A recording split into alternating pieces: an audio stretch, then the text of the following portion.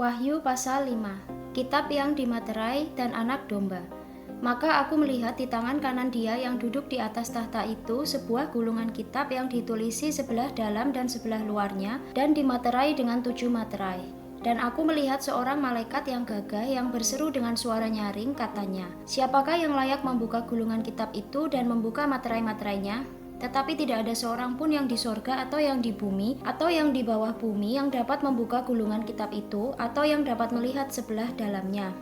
Maka menangislah aku dengan amat sedihnya, karena tidak ada seorang pun yang dianggap layak untuk membuka gulungan kitab itu ataupun melihat sebelah dalamnya. Lalu berkatalah seorang dari tua-tua itu kepadaku, "Jangan engkau menangis, sesungguhnya singa dari suku Yehuda yaitu tunas Daud telah menang sehingga ia dapat membuka gulungan kitab itu dan membuka ketujuh materainya." Maka aku melihat di tengah-tengah tahta dan keempat makhluk itu, dan di tengah-tengah tua-tua itu berdiri seekor anak domba seperti telah disembelih, bertanduk 7 dan bermata 7. Itulah ketujuh roh Allah yang diutus ke seluruh bumi. Lalu datanglah anak domba itu dan menerima gulungan kitab itu dari tangan Dia yang duduk di atas tahta itu. Ketika ia mengambil gulungan kitab itu, tersungkurlah keempat makhluk dan ke-24 tua-tua itu di hadapan anak domba itu, masing-masing memegang satu kecapi dan satu cawan emas penuh dengan kemenyan. Itulah doa orang-orang kudus.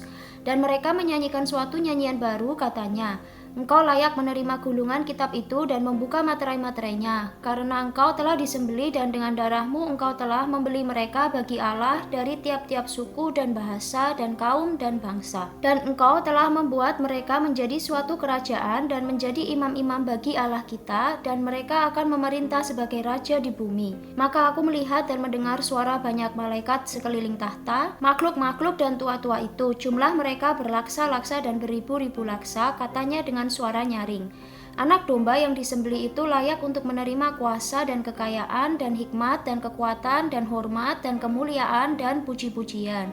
Dan aku mendengar semua makhluk yang di sorga dan yang di bumi dan yang di bawah bumi dan yang di laut dan semua yang ada di dalamnya berkata, "Bagi Dia yang duduk di atas tahta dan bagi anak domba adalah puji-pujian dan hormat dan kemuliaan dan kuasa sampai selama-lamanya."